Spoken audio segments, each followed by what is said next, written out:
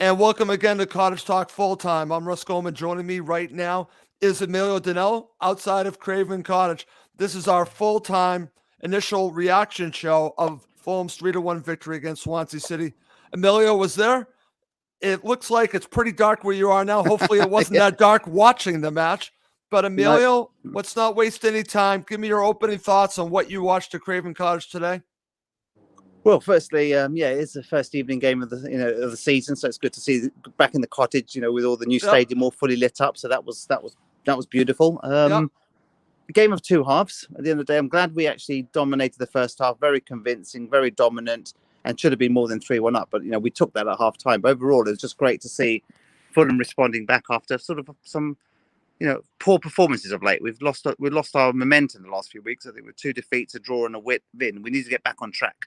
We needed to keep close to West Brom and Bournemouth, and we've done that tonight with a very dominant first half display. And what I was encouraged today is that you can't play 90 minutes well and expect to dominate games for the entire 90 minutes. And I thought second half we were poor.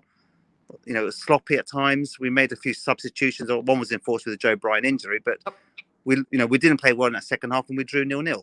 So that was encouraging. So basically, I'm a happy Emilio here. You're happy, Emilio? We got the victory we needed. We're back on track, and we're 2 points behind the leaders. But overall, great attack in first half. Very exciting to watch. Some great movement, but we lost some momentum in the second half with the injury and some of the tactical changes Marco Silva made. But overall, we didn't play well second half, and we didn't lose that half. And that's the encouraging bit. You can't play well for 90 minutes, and if we can play ugly and still come away with victories, or individual halves not playing well, I'll take that. So 3-1. Okay. Mitrovic hat trick, could have been more, but second half was a bit sloppy at times. Right. And we'll talk about this in just a second, because I want to ask you how much you thought the injury to Bryan changed the second half. Again, they got it done, but shape-wise and attacking-wise, it completely changed, obviously, because you are bringing Alfie Mawson in, and it changes how you're going to play. But let's just not waste any time, my friend. Let's talk about the first goal from Alexander Mitrovic. And I got to be honest with you, I don't know if you've seen replays of this. He's offside. His heel's offside.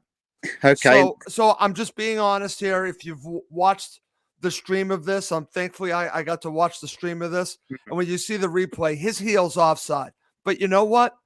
I think this is a makeup call for me for what happened at Bristol City. And it all evens itself out. But the goal itself, Emilio, it was a very well-taken goal. So let's talk about the opener from Mitro.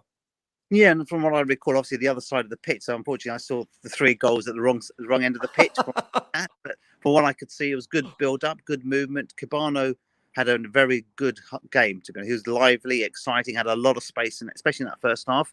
And he was causing a lot of problems for the Swansea defence. And I thought from what I could see, Mitrovic was sharper in that penalty area, and he finished well. It was a nice polished finish, and any other striker might not have reacted, but Mitrovic looked hungry in that first half. He looked up for it. He looked determined, focused.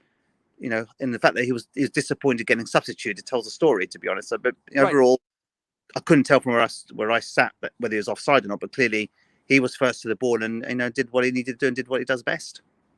Absolutely, Emilio. And we're seeing the Mitro that we saw 2 seasons ago, and that's very encouraging. But what's interesting about this, and again, before we talk about the second goal, I think Fulham are playing to Mitro's strengths. And I will give Steve Reynolds, our friend in Spain, a lot of credit, because he kept saying to me, you got to start Cabano.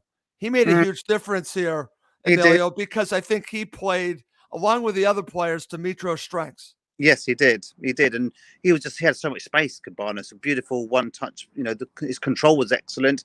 He was getting past the Swansea fullback, getting some good balls in the box and causing havoc for them, especially in that first half. And Cabano isn't consistent enough for me. So hopefully he'll get a steady run in the team and can play consistently well game in, game out. But the problem with Neeskins, he'll have one good game and then he'll go quiet the next, and he's back on the bench again, and then come sub. So he's got to. This is his opportunity. Grab the opportunity, play continuously and regularly well, and he'll be a regular in the starting 11. But I don't see that consistently enough. It's for us to prove. He needs to prove us wrong. But overall, I thought he had an excellent game. Okay. Here's a question. Maybe you know the answer to this, Emilio. Emilio Russ, who was the last Fulham player to score a first half hat trick? Oh, that's a good question, Steve. Goodness. Oh, good question. I haven't got a clue, to be honest. I'm gonna think about that on my way home from the game. But oh, God, Okay. you've stumped me there, Steve. Okay, excellent. And I want to share this from Christy. Clearly offside, but hey, who cares? Who Chris, cares? Who cares? I'm actually there with you because, like I said, the Bristol City match, it all evens itself out. But Exactly. Emilio, let's talk about the second goal. We were just talking about Cabano. So again, this is just not a fantastic strike by Mitro, but enough to get the goal, but set up beautifully by Neeskens Cabano. Exactly. Same thing again with Cabano with the lead up to the goal. If I remember right, it was good movement down on the left. Cabano's touch was very sublime, and it was a great cross. And from what I could see, it wasn't again. I was slightly obstructed because a lot of people stood up from where I sat. It wasn't clear to me whether it was a polished finish or whether did the keeper fluff it. Did Mitrovic just put enough power? Well, I don't know. I haven't seen the replay, but from what I think could he see, did just enough to get it by the keeper. all I could hear the crowd going, "Ooh, oh, oh yeah!" There's a delayed reaction to the goal. That's Right. all I can remember from a distance. It didn't feel like it was a shot and it was in the back of the net. Just that delayed reaction from the fans suggested either it was the keeper fluffed it or he just had enough power to get creep in the bottom corner. Okay. But clearly we were dominating. I can't remember it was before or after that when Mitrovic had a header to the keeper where I thought he should have headed it to the other side of the keeper. That's right. He just headed straight to the keeper. Yeah, I thought he should have done better with that. And Bobby Reid should have done better with this finish as well. He had more time, should have been more composed. And I was saying to Joe that we're 2-0 up, dominating. Swansea haven't threatened, but they will get a chance in this game. They will get a moment or two. And I don't want our sloppiness and wasteful in front of goal to pay, and then we pay the price for it. And we almost did. Absolutely. Absolutely, Emilio. And that's going to lead to talk about the Swansea City goal because I want to give them credit. They play a certain way and they always looked a threat. Yeah. But when you look at the stats, you're going to notice that they only had one shot on target. So you can have all the great passing, all the threatening passing, but if you don't have the cutting edge, you're not going to win many matches. And they have not scored many goals. But I want to give Paterson a lot of credit on this. This was a well-taken goal. It was set up beautifully. And at this point, I'm going to tell you, Emilio, I was feeling a little nervous after they scored the goal. Yeah. And what's frustrating is that, we should have been probably 3 or 4-0 up by that point. The game should have been out of sight. But I think we've said it often on the show that we're liable to concede goals, whether you're 2-0 up, 3-0 up, or 4-0 up. So the fact that they got a goal, it was a well-taken goal. He looked very composed. Right. But we had plenty of opportunity to clear that ball and defend that ball. And we were just a little bit sloppy at times. And I give Paterson credit for scoring. And like I said, he took the goal well. But to be honest, I thought we just took our foot off the gas slightly. We lost concentration and we had enough opportunities to clear that ball. And, unfortunately, they scored a goal with their first attempt at goal, essentially. That's the frustration. Right. With all our attempts at goal preceding that, we should have been 3 or 4 up. And totally agree. The flash of an eye, you're only 1 goal ahead. And that's the frustration. And that's the worry. I think we've now got the fact that we can't take anything for granted, even if you've got 2-goal margin, because we're always liable to concede goals. Absolutely. And I think, again, the way we play can lead to counterattacks, Emilio. Yeah. And that's what we saw here. And you're at 2-1. And like I said, I was starting to feel a little bit nervous, but this is also a very positive sign to be able to get that goal back. Yeah. And let's just talk, because every time Fulham had the ball when they were moving forward, they were dangerous.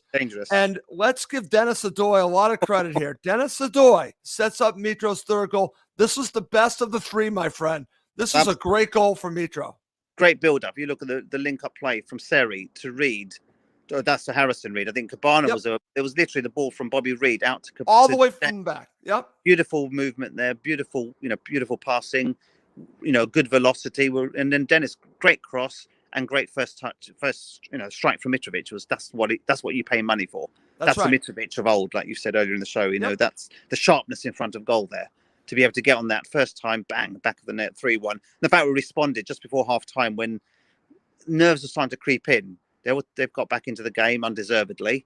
And, they looked a little bit more threatening. They had a bit more possession. But, thankfully, great attacking move. And Dennis, who I thought had a fantastic game and deserved a goal. We'll talk about that in a second up. But, at the end of the day, Dennis looked threatening from corners, had a shot on goal, and he created an assist. So great game from Dennis and a great assist and fabulous Mitrovic finish.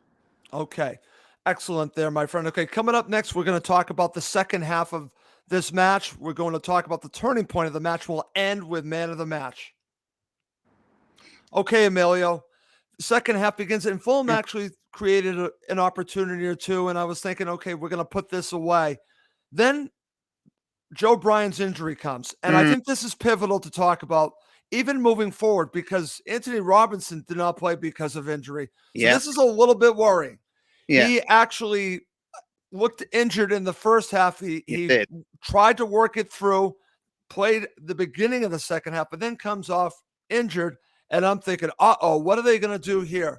So Marco Silva makes the substitution and brings on Alfie Mawson, but that just changes everything because you don't have a natural left back, and you're bringing in another center back. So talk about the domino effect of Joe Bryan coming off and how that affected the second half, the way we played. Exactly. We lost momentum and shape, didn't we? I think obviously Bryan got an injury towards the end of the first half, and as it never fully recovered from that. And I'm surprised we put Tim Ream there as a fullback initially. I thought Bobby Dockett-Reid would have been a natural. I thought that would have been the move. Yeah, I saw maybe 15 minutes later when Ream was looking extremely uncomfortable playing as fullback, that he played 5 at the back. So again, the subsequent substitutions was more around safety first and packing the defence and playing 5 at the back. But I think that Bryan injury did upset the balance of the team. You didn't have a spectacular game, but the fact that you've lost that balance, you've lost a natural left back, and Swansea had a lot more possession. I'd like to see the possession count subsequent to that injury versus before that. I'm sure Swansea had a lot more possession, and we didn't. It was ugly that second half. We had to fight. We created a few opportunities, but overall, it's nice not to play well, struggling at times, and still not lose that half. And that's what I take as a positive. Right. My earlier point, you can't play well for 90 minutes. We played better and lost this season, and we played better and not won. So it's at the end of the day, I'm concerned. We haven't got a natural left back probably for Coventry on Saturday. I don't know how extensive Robinson's injury is, but we've got 2 natural left-footed players out, and that's not good. I think you'll have to probably play Bobby Reid in that position, in my opinion. That's a possibility, and I don't know if you've seen the score yet, Emilio, but Luton Town did a number on Coventry City, so they might be not in a very festive mood when they play Fulham. So just keep that in mind. But let's just talk about a couple more items, and then we'll go. And let's talk about turning point of the match. I'll just say I think it obviously is the third goal from Mitro. But is there another point of the match where you think the match really turned? Not really, to be honest. I thought the game was out of sight by the time we got to half time. I think the 3-1 up, I thought that was a comfortable lead. The Bryan injury and the substitutions we had to make, clearly we lost a lot of balance and shape. I don't think it was a turning point as far as I'm concerned. I thought I thought the starting lineup was encouraging. I'm not sure if Shalabah was injured or not, but clearly I thought Harrison Reid, for that matter, Seri, Harrison Reid, their link-up play was very good, and especially in that first half. They were both looking for the ball. They both had good positional play. The game kept flowing well. We dominated possession, created a lot of opportunities. And it was just that was an encouraging first half. That was one of the best performances this season. First 45 minutes, I thought. We could have scored a lot more. So for me, maybe you could argue the starting 11 was a turning point. I think we've missed Harrison Reid in that busy. Oh, I totally agree. In that role that he plays. And if he can stay injury free, then, he's going to play a very important part for us. But I thought maybe the turning point for me is the starting lineup, which was a lot more positive. And, we made, maybe some of them were enforced with Robinson, but I still prefer Robinson to Joe Bryan. You know that. But I think the key thing is in the middle of the field, we looked a little bit more lively and we looked a little bit more attacking. We weren't as sloppy with our passing. With Shalabah against Reading, from what I saw, he had a poor game, to be honest. His passing was sloppy at times and didn't really contribute much. Okay. Emilio, I'm going to give you a new nickname. We're going to call you the Fulham Shadow because you're, and listen, everyone watching this video, just understand that maybe next time we'll figure out a way to get Emilio a light for like a night light for night matches, but he's doing the best he can. Thankfully, Emilio's joining me, and I'm very thankful that he can join me. But I'm going to call you right now the Fulham Shadow. Shadow. The Fulham Shadow. But I'm going to share this with you. This is from Chris Davidson. You ready? I seem to remember Teddy Maybank scoring 4 first half goals against Orient. Does it go back to then, Emilio? 1977 or 78, Chris, 6-1 Fulham. Is that the game? I think that's the game. I'm sure he can answer back to us. Chris, I don't know. Correct me if I'm wrong. I'm sure that we thrashed Orient 6-1 in that game, and that's a good shout. But have we scored more? I'm curious. I'm curious about a hat trick in the first half, but overall, I think one thing to call out as well is I understand why Marco Silva made some cautionary substitution. They know he took Mitrovic off. Yep. Mitrovic was disappointed being subbed. I noticed he wasn't. But that's a good sign, though. You want him to be. You want him to. He didn't look happy. He didn't applaud the fans, from what I could see. Oh, okay. So yeah, he's feeling a little bit disappointed. I think he wanted to carry on, but clearly, Marco Silva doesn't see maybe the Muniz Mitrovic link-up play as being an option. I thought he could have maybe trialed that out for 20 minutes, see how that, give that an extension from the Reading game. Clearly didn't see that was an option. And then he packed them in. He took Harry Wilson off, which I thought was a good move. I thought Wilson had a poor game, to be honest, and he's going to be one of those frustrating. Yeah, a little disappointed by his play, Emilio. I'm glad that you brought that up because I'm expecting more from Harry Wilson. He was disappointing. And I think there's a link, something we haven't mentioned before. How much does Harry Wilson miss having Carvalho around him? You think about when Wilson was at his... It's a great point. Him and Carvalho, that link-up play was sublime at times. Wilson's been a dude in recent games, to be honest. And today was frustrating. And maybe we've seen what Liverpool fans are saying. He won't do much in a game, but he may get the odd assist and the odd goal. But today, generally a poor game. Gave away a few sloppy fouls. Yep. He didn't really contribute much, to be honest. No. And that's disappointing. But like you said, that's a good point by you. Maybe he really misses that link-up play with Carvalho. Maybe that is really affecting him, which is interesting. Okay, I do want to share this with you, Emilio. Before we go to the man of the match, I want to share this comment from our friend Steve Reynolds. And where is it? Here it is, because he's talking about Dennis and Neeskens. He says, Dennis and Neeskens have been constantly good for a long time and never given a credit. I would say solid. I wouldn't say good for a long time. I think solid is a better description of Dennis and Neeskens. Sorry, Steve. That's just how I feel about both of them. I wouldn't say that they've been good or great. I would say solid. And I think, and that's a compliment in a way. They just do their jobs. Yeah. Dennis, I thought, has settled back into the team. We know Dennis is always capable of making a mistake, but that's why we love him. We can't fault his effort, his motivation. He brings a lot of energy to the team. He had a great game, great, like I said earlier, great shot that the keeper saved. For me, he was the second best player on the pitch tonight. Him and Neeskens were close to getting. I think Mitrovic, you've got to give man of the match because clearly got the hat trick. But Dennis and Neeskens both had very good games. But Cabano, typically, over the last few seasons, he'll have one good game for 90 minutes and then have a sort of average game the next, and then he's in and out of the team. This is from Chris Davidson. No, I agree. That's backing exactly you on my that. point. Making my point. I love Cabano. Today, he's warranted a starting position against Cottage because he was outstanding. Looked threatening, lively, some great sublime touches, some great dummies. I think there was a couple of moments where he dummied the Swansea defence. But can you do that consistently for 90 minutes game in, game out? I haven't seen that in a Fulham shirt yet. Not to say he can't do it, but I haven't seen that happen yet. And he's an opportunity. He's got the opportunity to do that. Okay, excellent, my friend. All right, to end, let's do man of the match. I think it's easy to say Mitro because you scored the 3 goals, but I think we have some others I've mentioned. I think we've already talked about Neeskens, Cabano. Is it just a slam dunk with the first half hat trick to say Mitro? I think so. It'd be cheeky not to give him the man of the match. I've got some photographs which I'll send you after, where obviously he's got the match ball at the end of the game, so I'll send them across to you guys. And it's a no-brainer. Scored a hat trick. Could have scored 4. That header, I think he should have buried it in the other corner. But let's not be critical. He looked sharp today. He looked up for it. He wanted. He made a difference. He was a difference tonight, in my opinion. Then with Cabano there. With looking lively, good balls into the box, winning a lot of corners. He was threatening. And Dennis, I'm going to call it, and I said I'm calling out Dennis. Dennis ventured forward quite often, looked dangerous from corners, and was unlucky not to get a goal tonight. Okay. Seri, What about Seri? We haven't really talked enough about Jean-Michael Seri and the difference he's made. Here's a player that was just not part of anyone's plans. I'm talking about the fans. Obviously part of the Marco Silva plan, but for him to come and play at such a high level, and it's been a huge part of Fulham's success so far. They've needed Jean-Michael Seri, and we weren't even thinking about him before the season began.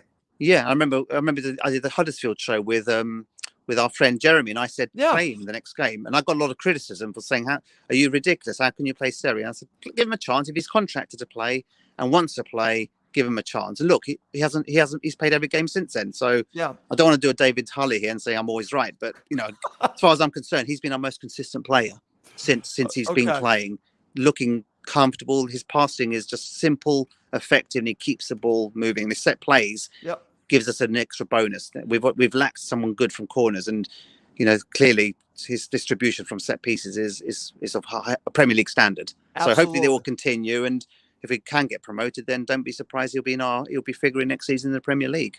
Absolutely. And Emilio, I'm convinced now that Marco Silva is taking your advice. I think he's watching these videos. First it's Seri, then it's the halftime substitutions at Bristol City. Yeah. And I'm thinking, is Marco Silva and the coaching staff watching? He's listening to our show. I don't know. But again, he could go on Twitter and see the same comments. So again, we're saying it's us, but it's the fans, because the fans know what Fulham truly need. Anyways, my friend, huge effort for you to do this show in the dark. Again, you've been wonderful to do this with me. Any final thoughts before we wrap this up? Well, like I said, I'm going to call the Fulham Shadow, but the Fulham Shadow. We've got another evening game in a few weeks' time against Cardiff City, so I'll be there as well. All fingers crossed. But overall, great first half.